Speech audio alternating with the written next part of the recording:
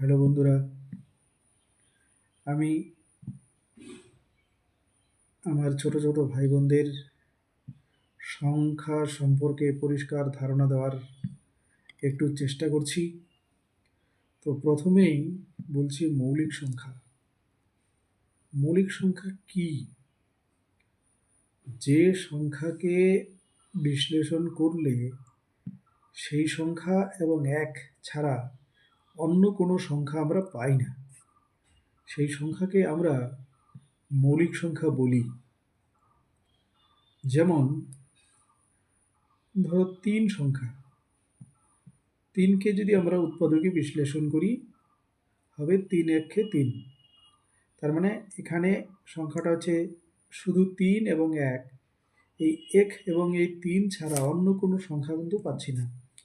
তাহলে আমরা ৩কে আমরা কিন্তু মৌলিক সংখ্যা বলবো। সব থেকে ছোট মৌলিক সংখ্যা হচ্ছে ২। সব থেকে ছোট মৌলিক সংখ্যা ২, আর ১ সংখ্যাটাকে আমরা মৌলিকও বলি না, যৌগিকও বলি না। তার মানে মৌলিক সংখ্যাও নয়, যৌগিক সংখ্যাও নয়। তাহলে ১ থেকে যদি গণা শুরু করি ১০ পর্যন্ত যদি যাই, তাহলে ১ সংখ্যাটা মৌলিকও নয়, যৌগিকও নয়। ২ সংখ্যাটা দেখে ২ হবে, তাহলে ২ হচ্ছে সব থেকে ছোট মৌলিক সংখ্যা। ৩ সংখ্যাটাকেও আমরা কিন্তু মৌলিক সংখ্যা বলবো, কারণ সেটা ৩ একে ৩ হচ্ছে, কারণ ৩ এবং ১ ছাড়া অন্য কোনো সংখ্যা আমরা পাই না। তারপর ৪কে কিন্তু মৌলিক সংখ্যা আমরা বলতে পারবো না, কারণ সেখানে আমরা ৪ একে ৪ হয় এবং ২ দুগুণে ৪ও হয়। ৫ কিন্তু অবশ্যই মৌলিক সংখ্যা, কারণ ৫ একে ৫, এখানে ৫ এবং ১ ছাড়া অন্য কোনো মৌলিক সংখ্যা আমরা পাই না। ৬ কিন্তু মৌলিক সংখ্যা নয়, সেটাকে আমরা যৌগিক সংখ্যা বলছি, কারণ একে আমরা বিশ্লেষণ করলে পাবো ৩ দুগুণে ৬, ৬ একে ৬, এইভাবে আমরা ভাগ করতে পারি। তারপর আমরা যদি ৭ বলি, ৭ সংখ্যাটা মৌলিক সংখ্যা। ৭ একে ৭ ছাড়া, মানে ৭ এবং ১ ছাড়া অন্য কোনো তার উৎপাদক আমরা পাই না। ৮ সংখ্যাটাকে আমরা যৌগিক সংখ্যা বলছি, কারণ ৪ দুগুণে ৮ হয়, ৮ একে ৮ হয়। ৯ও কিন্তু মৌলিক সংখ্যা নয়, কারণ সেকে আমরা ৯ একে ৯ বলবো এবং ৩ তিরিক্ষে ৯, এভাবে আমরা উৎপাদকে বিশ্লেষণ করলে ১ পাচ্ছি, ৩ পাচ্ছি, ৯ও পাচ্ছি। সুতরাং আমরা ৯কে কিন্তু মৌলিক সংখ্যা বলছি না, এটা যৌগিক সংখ্যা।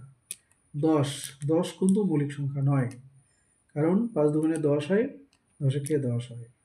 তাহলে আমরা এখানে ১ থেকে ১০ পর্যন্ত যে কটা মৌলিক সংখ্যা পেলাম, আমরা এখানে ২ পেয়েছি, ৩ পেয়েছি, ৫, ৭, এই ৪টা মৌলিক সংখ্যা কিন্তু ১ থেকে ১০-এর মধ্যে আমরা পাচ্ছি। তারপর যদি বলি ১০ থেকে ২০-র মধ্যে মৌলিক সংখ্যা কি কি? ১১, ১৩, ১৭, ১৯, এই কয়েকটা মৌলিক সংখ্যা আমরা পাই। তাহলে আমরা যদি বলি যে ১ থেকে ১০০ পর্যন্ত মৌলিক সংখ্যা কয়টি? উত্তর হবে ২৫টি। এবার যদি কেউ বলে ১ থেকে ৫০ পর্যন্ত কয়টি আছে? উত্তর হবে ১৫টি। তাহলে আমরা এই মৌলিক সংখ্যার যৌগিক সংখ্যা আমরা বুঝতে পারলাম।